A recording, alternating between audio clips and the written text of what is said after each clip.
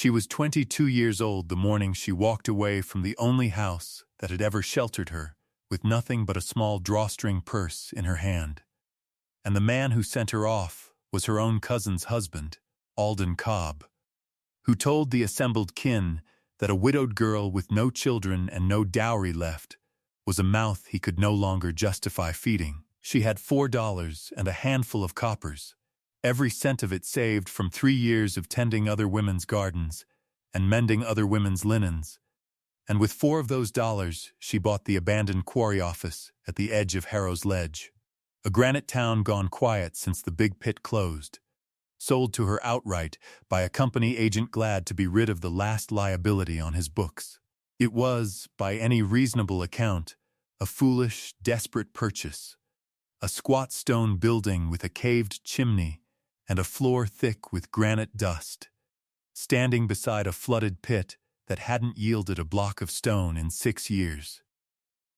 But beneath the old ledger desk, bolted into its floor, hidden where no auctioneer or creditor had ever thought to look, rested a promise kept faithfully for nearly 2 decades, one that would give her back a life of her own, and give an entire quarrying community something it had been quietly denied since the day the pit went dark. Settle in, and let us tell you the story of Verity Ash. If you've ever been told you were a burden simply for still being alive, we think you'll find something of yourself in Verity before this story is through. Tell us in the comments where you're watching tonight from. And if these stories speak to something in you, follow or subscribe to this channel so you never miss the next one. Verity Ash was born in 1874 in Harrow's Ledge, a granite quarrying town tucked into the hills of central Vermont, where the ring of drill and chisel against stone was as constant a sound as birdsong, and where nearly every family in the settlement owed its bread, in one way or another, to the deep gray pit that the Harrow Granite Company had worked since before the town had a proper name. Her father, Josiah Ashee, was not a quarryman himself, but the company's yard clerk and paymaster, a lean, methodical man who kept the ledgers that recorded every block of stone cut, every wagon load shipped, every dollar of wages owed to the drillers and stonecutters and teamsters who worked the pit. And he raised his only daughter, after her mother died birthing a stillborn son when Verity was 6, largely from the small office at the edge of the quarry itself, letting her sit at the corner of his ledger desk, doing her sums while he worked. Josiah Ashee believed, with the plain, unshakable conviction of a man who had seen too many quarry towns run poorly, that a paymaster's ledger was a sacred thing,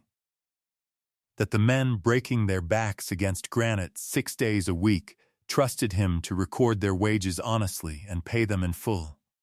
and that this trust, once broken, could never be fully mended, no matter how the company's fortunes rose or fell.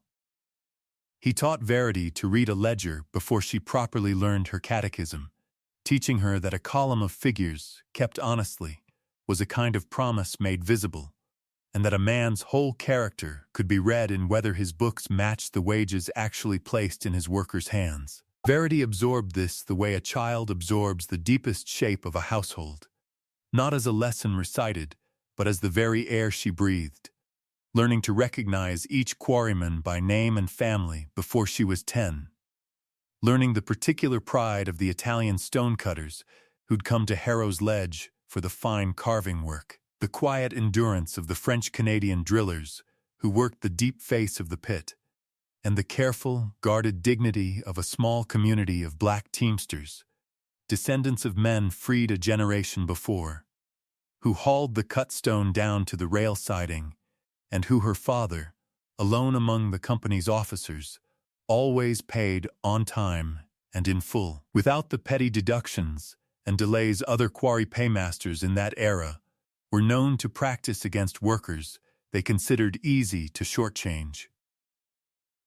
The quarry's fortunes began to strain when Verity was 12, in the hard years of the middle 1880s, when a series of poor contracts and a costly flooding of the pit's lower face put the Harrow Granite Company deep in debt to its principal investor, a Boston financier named Elton Price, who had never once,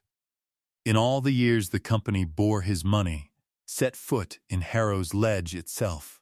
Price sent, instead, an agent named Otis Vane to oversee the company's operations directly. A cold, efficient man whose first order of business was to trim the company's wage costs by any means available. And it was in the 2 years that followed that Verity's father found himself, for the first time in his career, ordered to record wages in the company's official books at figures lower than what the men had actually been promised when hired. The difference, a difference her father was expected to simply pocket back into company coffers, dressed up in Vane's correspondence as a temporary, regrettable necessity of the debt the company owed Price. Josiah Ashe, characteristically, did not refuse outright, understanding that outright refusal would only see him dismissed and replaced with a paymaster more willing to shortchange the men without a second thought. Instead, he began quietly keeping a second, private ledger of his own, recording the true wages owed to every man in the yard against what the company's official books actually paid them, intending, he told Verity years later she would only half remember as a girl of 13, to make the men whole himself, in secret, dollar by careful dollar, out of whatever small margin he could manage in the company's accounts without Vane's notice. A debt of honor he considered his own to carry, since it was his hand that recorded the shortfall each week.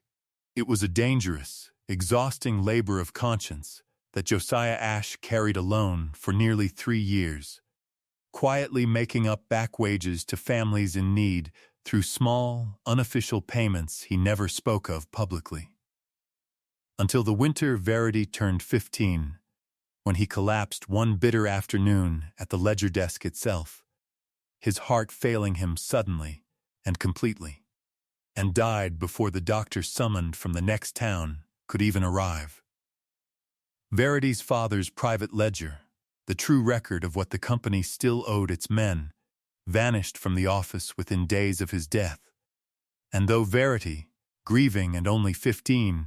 suspected even then that Otis Vane himself had quietly removed and destroyed it rather than risk its contents ever surfacing, she had no proof, no standing, and no one in a company town willing to make an enemy of Vane on behalf of a dead clerk's daughter. She went to live, in the years that followed, with her mother's cousin, Prudence Cobb, and Prudence's husband, Alden, a modest farming family on the edge of town, and for 7 years she earned her keep there through unrelenting labor, gardening and mending, and, eventually, the quiet, careful accounting work Alden Cobb increasingly relied on her for, without ever once acknowledging how much of his own modest prosperity depended on her father's inherited gift for figures. She married, at 19, a young quarryman named Thomas Wren, a gentle, hard-working man who had known and respected her father. But the marriage was brief. Thomas died in a rockfall at the pit's lower face not 18 months later, one of a dwindling handful of accidents in the quarry's final working years, leaving Verity a childless widow at not yet 21, with no property of her own and no clear place in the Cobb household beyond continued, unpaid usefulness. It was that same year, 1895, that the Harrow Granite Company's pit finally flooded past any hope of economic recovery and closed for good, Otis Vane and the last of the company's officers departing for Boston within the month and leaving behind a company town with no company, its quarrymen scattering to find work in other pits across New England or in the mills further south, and its abandoned yard office, once the beating financial heart of the whole settlement, left to stand empty and forgotten at the edge of the flooded pit. In the spring of Verity's 22nd year, Alden Cobb, his own farm strained by a poor season and unwilling any longer to support a widowed cousin who brought the household no dowry and, with her husband gone, no clear prospects of remarriage either, told her plainly that she would need to find her own situation, and gave her, as the whole of what 7 years of her labor in his household was apparently worth to him, $4 and some small coin, which he called, without any evident shame, a generous parting gift. Verity might, in the weeks that followed, have taken a room at what remained of the boarding house, and hired herself into domestic service in whatever household in the county still had need of a careful, hard-working woman, and this, in truth, was exactly what most of the remaining families in Harrow's Ledge assumed awaited her. But walking one gray afternoon along the rim of the flooded pit, its still, dark water reflecting a sky the color of wet slate, Verity found herself standing before the old Quarry office, where she had spent so much of her childhood at her father's side. Its chimney caved from a hard winter's frost heave, its windows broken by boys throwing stones in the years since the company left. And when she inquired at the county registry, she learned that the property, having reverted to the county for unpaid taxes once the Harrow Granite Company's Boston owners abandoned it entirely, could be hers for $4, the full sum owed, and a promise to see the roof kept from collapsing entirely onto the county's remaining liability rolls. It seemed to everyone who heard of it a purely sentimental foolishness. A young widow with almost nothing spending nearly the whole of it on a ruin beside a flooded pit that offered no work, no stone, no earthly use to anyone anymore. But something in Verity, some quiet, unbending thread of her father's own careful devotion, told her that the office was not merely a building. It was the one place where her father's memory still lived whole and undisturbed. The corner where she had once sat doing her sums beside him. And she signed the deed with a hand that did not tremble, even as the county clerk processing it, an older man who remembered Josiah Ashe fondly, gently warned her that a building could not love her back the way she seemed to be hoping it might. She moved into the office within the week, sweeping out years of dust and broken glass, patching the caved chimney as best she could with salvaged stone from the pit's own tailings, and setting about, with the same careful patience her father had taught her over a ledger, to make the small building livable before the Vermont autumn turned hard. It was on a cool morning in late September, while she was working loose a section of warped flooring near the great ledger desk itself, still bolted where it had always stood, that she noticed the desk's underside sat oddly high off the floor, as though a shallow compartment had been built into the base beneath the drawers, a detail she had never once thought to examine as a child sitting at her father's knee. Working carefully with a chisel borrowed from a neighboring farmer, she pried loose a false bottom panel fitted into the desk's understructure, so precisely joined that only years of settling and warping had finally revealed its seam at all, and found, wrapped in oilcloth gone stiff and yellow with age, a slim leather ledger in handwriting she would have known anywhere, having watched it fill page after page of her childhood, her father's own careful, upright script, the very private ledger she had believed destroyed by Otis Vane nearly 7 years before. Verity spent 3 full evenings by lamplight working through her father's hidden ledger, and what she found there, entry by dated entry, was the complete private record he had kept in secret across nearly 3 years, precisely the record she and everyone else in Harrow's Ledge had long assumed lost forever. Page after page recording, family by family, the true wages promised to every quarryman on the company's payroll against the reduced figures Otis Vane had ordered him to record officially, the shortfall accumulating, name by name, into a sum that, totaled across the whole workforce over those 3 hard years, came to nearly $1,100, a fortune by the standards of a granite town in that era. But it was the final pages of the ledger, dated in the weeks just before her father's death, that gave Verity's breath away entirely. There, in his own hand, Josiah Ashe had recorded not merely the debt owed, but a plan for repaying it. He had, it seemed, been quietly setting aside a small percentage of the company's freight receipts each month. Funds that fell technically within his discretion as paymaster to allocate toward incidental yard expenses, and depositing them, dollar by careful dollar, into a private account he had opened at the bank in the next town, under a name that was not quite his own. A modest fiction meant to keep the account from Otis Vane's notice, building toward the day he intended to distribute the full sum owed to every family the company had shortchanged, a promise he clearly meant to keep in full, even if it meant defying the company that employed him and risking his own position and reputation to do it. The final entry, dated only 4 days before his fatal collapse, noted the account's balance standing at just over $900, with a note beside it in his own steady hand, the remaining sum to be made up from the coming spring's freight receipts, and the whole distributed to the men by midsummer, as promised. He had died with the promise 2/3 kept, and wholly unbroken in his own conscience. The account itself, Verity now understood with a chill of recognition, very possibly still sitting untouched and unclaimed in that same country bank, $900 and more, waiting under a name that was not quite Josiah Ashley's, for nearly 7 years, exactly as patient and exactly as forgotten as the ledger that recorded it. It took Verity the better part of 2 weeks, working carefully and with real fear of being turned away or disbelieved, to make her way to the bank in the neighboring town of Kestrel Falls, and to explain, as plainly and honestly as she could to its manager, a deliberate, graying man named Horace Nye, that she believed her late father had opened an account there under a name not fully his own, and to lay before him the ledger itself as proof of both the account's origin and its intended purpose.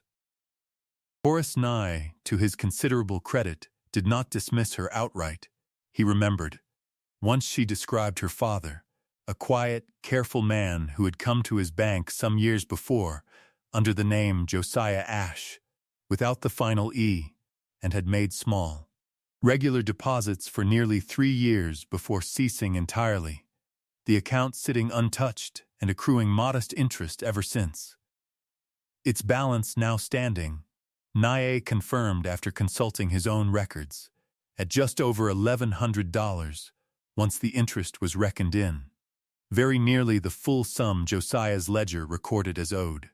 But the account, Nye explained carefully, could not simply be handed over to Verity on the strength of a ledger and a resemblance in names, without her father's original account documents, which had presumably been lost or destroyed along with so much else in the chaos following his sudden death. And without any surviving proof connecting Josiah Ash of Harrow's Ledge conclusively to Josiah Ash. Of the bank's own records, the funds would, by the letter of the bank's own policy, eventually revert to the bank's general holdings as an unclaimed account, a fate that had very nearly already befallen it, Nye admitted. Since the 7-year mark, after which such accounts were typically closed out, was now barely a season away. Word of Verity's inquiries traveled, as such things do in small communities connected by a single rail line and a good deal of gossip, back to Otis Vane himself, who had remained in the region overseeing the sale of the company's remaining assets on behalf of Elton Price, and who came to see Verity directly upon hearing that the paymaster's daughter was asking questions at a bank in Kestrel Falls about old company accounts. His manner, when he found her at the Quarry office, was smooth and faintly amused, the manner of a man who had spent 7 years believing every trace of Josiah Ashey's inconvenient scruples had died along with him. He reminded her, not unkindly in tone though unmistakably in intent, that whatever funds her father may have quietly diverted from company freight receipts had, strictly speaking, still been company money, diverted without company authorization, and that a court might well look more favorably on the company's claim to recover embezzled funds than on a dead clerk's daughter's claim to inherit them.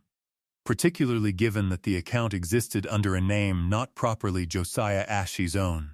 It was, Verity understood clearly, both a threat and a genuine legal uncertainty. And she spent several anxious days believing Vane might well be right, that her father's careful, secret promise might be undone twice over. First by his death, and now by the very company he'd been quietly defying when he made it. It was old Horace Nye himself, in the end, who helped her find the surer ground to stand on, pointing out, once he'd had time to consult more carefully with the bank's own attorney, that the funds in question had never technically belonged to the Harrow Granite Company at all in the eyes of the law. Since they represented wages, the company itself had already contractually promised to specific named workers and then unlawfully withheld, meaning the money, however irregularly Josiah Ashe had gone about safeguarding it, remained rightfully the property of those workers, not the company that had shortchanged them, and that Josiah Ashe, in his role as paymaster, had simply been holding it in trust, however unofficially, on their behalf. Verity, armed with this understanding and with her father's ledger naming each family and each precise sum owed to them, spent that autumn traveling as far as the scattered quarrymen of Harrow's Ledge had gone. Some still within the county, others as far as the marble works in Rutland or the mills of Barre, finding family after family and reading aloud to them her father's careful, patient accounting of a debt they had long since given up hope of ever seeing paid. Among them, she found Angelo Ferry, once one of the finest stonecutters in the pit, now working in Barry and Glad, upon hearing Verity's account, to write a sworn statement confirming the wage figures her father's ledger recorded matched exactly what he and his fellow cutters had originally been promised. She found the widow of a French-Canadian driller named Leduc, struggling still to raise 4 children alone,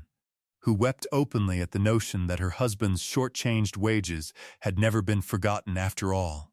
and she found among the county's remaining black families, Cassius Bell, once one of her father's most trusted teamsters,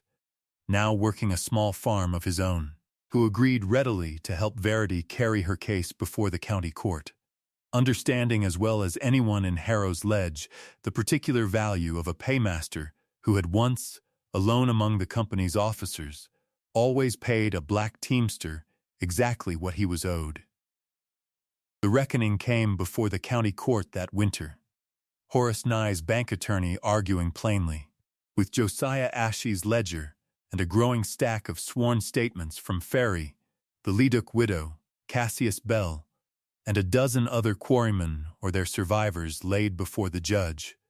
that the funds held under the name Josiah Ashe represented wages contractually owed and unlawfully withheld by the Harrow Granite Company, and belonged, therefore, in trust to the named workers or their heirs, rather than to the company or its Boston investors. Otis Vane's attorney countered that the company, now dissolved in all but its final asset liquidation, could hardly be held to account for the irregular actions of a deceased clerk taken without proper authorization. But the judge, presented with the sheer patient consistency of Josiah Ashley's own record-keeping and the corroborating testimony of the men themselves, ruled that the funds be released in full to the named workers and their surviving families, according to the exact figures Josiah's ledger recorded, administered through the county court to ensure fair and complete distribution. Otis Vane, for his part, faced no criminal charge, the company's original wage reduction having been, strictly and coldly, within the letter of what a struggling company could legally impose upon its workers in that era, however far it fell short of what decency required. But the ruling itself, publicized in the county paper, made plain to everyone in the region exactly what kind of paymaster Otis Vane had been, and exactly what kind Josiah Ashe had remained even in defiance of him. And Vane, his reputation now permanently marked in a region where he still hoped to do business on Elton Price's behalf, quietly withdrew from the county altogether within the year, leaving the final settlement of the Harrow Granite Company's remaining assets to be handled by men with less to hide. It is worth remembering, now that Verity Ashe had been sent away at 22 with $4 and no one's particular affection, and that in a forgotten ruin beside a flooded pit, she uncovered not a fortune meant for herself alone, but a promise her father had died still faithfully keeping.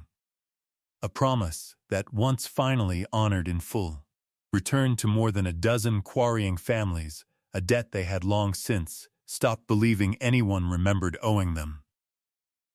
Verity took, from the $1,100 finally distributed, only the modest share her own father's back wages entitled her to as his heir, using it to properly restore the roof and chimney of the old quarry office and to open it, the following spring, as a small store and gathering room for the scattered families still living around Harrow's Ledge's quiet, flooded pit, keeping, above the very ledger desk that had hidden her father's secrets so faithfully for 7 years, his private ledger itself, bound now in a simple frame, not as a trophy, but as a plain reminder that a promise, kept faithfully even into the silence of death, does not become any less true for the years it spends waiting to be found. Verity's name is still spoken in that quiet corner of Vermont, not as a woman who inherited good fortune, but as the paymaster's daughter who paid $4 for a ruin and found beneath its desk the one thing her father had never once let go of, even at the very end, his word. Thank you for spending this quiet hour with us and with Verity's story tonight. If her father's unbroken promise moved you even a little, we would be so grateful if you'd hit follow or subscribe to this channel so you never miss the next story like hers when it arrives. And we'd love to hear from you in the comments. What is a promise, kept quietly and faithfully by someone you loved, that you've never forgotten? We read every one of your stories, and we're grateful for each one you share with us. Until next time, stay close.